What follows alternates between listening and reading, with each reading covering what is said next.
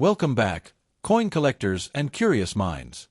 In today's video, we're diving deep into the fascinating story and circulated value of one of America's iconic coins, the 1974 Kennedy half-dollar. Whether you found one in your pocket change or inherited it in a coin collection, you might be wondering, is it worth anything more than 50 cents? Let's find out.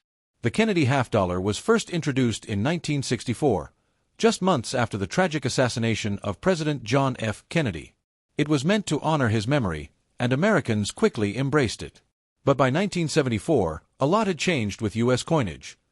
Originally, the half-dollar contained 90% silver in 1964, but from 1965 to 1970, that dropped to 40% silver. However, in 1971 and onward, the Kennedy half-dollar was made entirely from copper-nickel clad, including our featured 1974 edition. The 1974 Kennedy half-dollar has a diameter of 30.6 millimeters and weighs 11.34 grams. It's made of a copper core with a nickel coating, known as copper-nickel clad. Features the profile of President John F. Kennedy, designed by Gilroy Roberts. Inscriptions include, "Liberty, in God we trust," and the year 1974. Designed by Frank Gasparo, it shows the presidential seal, an eagle clutching an olive branch and arrows. The words United States of America and half-dollar encircle the design. Now let's talk numbers. What is it worth today if it's circulated? The 1974 Kennedy half-dollar was minted in 3 locations: Philadelphia ***, no mint mark. Over 201 million coins struck Denver ***, D mint mark. Over 79 million coins struck San Francisco ***, S mint mark, proof only. About 2.6 million proof coins. If you have a circulated 1974 Kennedy half-dollar from either Philadelphia or Denver, it's typical.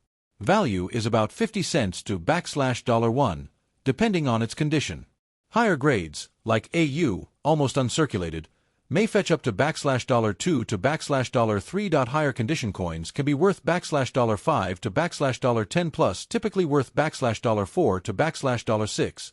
Depending on clarity and quality. Now here's where things get interesting. If you find a 1974 Kennedy half-dollar with an error, it might be worth much more.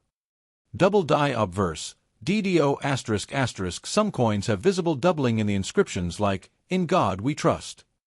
These can sell for $30 to $150 plus, depending on grade. Off-center strikes or clipped planchets *** can range from $20 to several $100. If you think you have an error coin, consider getting it authenticated by PCGS or NGC for a proper evaluation. So, should you keep your 1974 Kennedy half-dollar?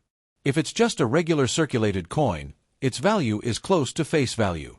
But it's still a great piece of American history, and who knows, it might become more collectible in the future.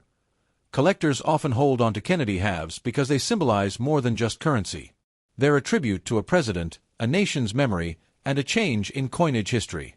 Let's take a moment to understand the powerful story behind the Kennedy half-dollar, especially the 1974 edition. The Kennedy half-dollar was introduced in 1964, just months after the assassination of President John F. Kennedy in November 1963. America was grieving the loss of a beloved leader, and there was a strong public desire to memorialize him, so the U.S. Mint moved quickly to replace the Franklin half-dollar with a new design featuring President Kennedy. The new coin was rushed into production, and the public loved it. In fact, millions of people hoarded the 1964 silver half-dollars as souvenirs, which caused a shortage. At first, the Kennedy half-dollar was made of 90% silver in 1964, but due to rising silver prices and hoarding, the U.S. Mint reduced the silver content to 40% from 1965 to 1970. Then, starting in 1971, the coin underwent another major change. It was made entirely of copper-nickel clad, just like dimes and quarters.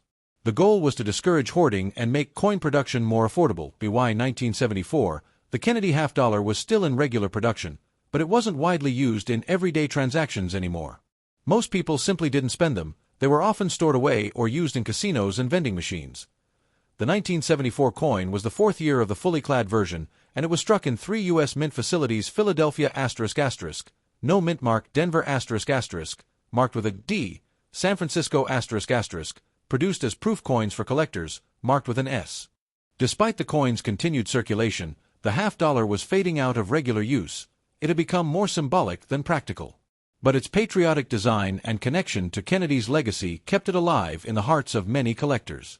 In 1975 and 1976, the Kennedy half-dollar received a special bicentennial reverse design to celebrate 200 years of American independence.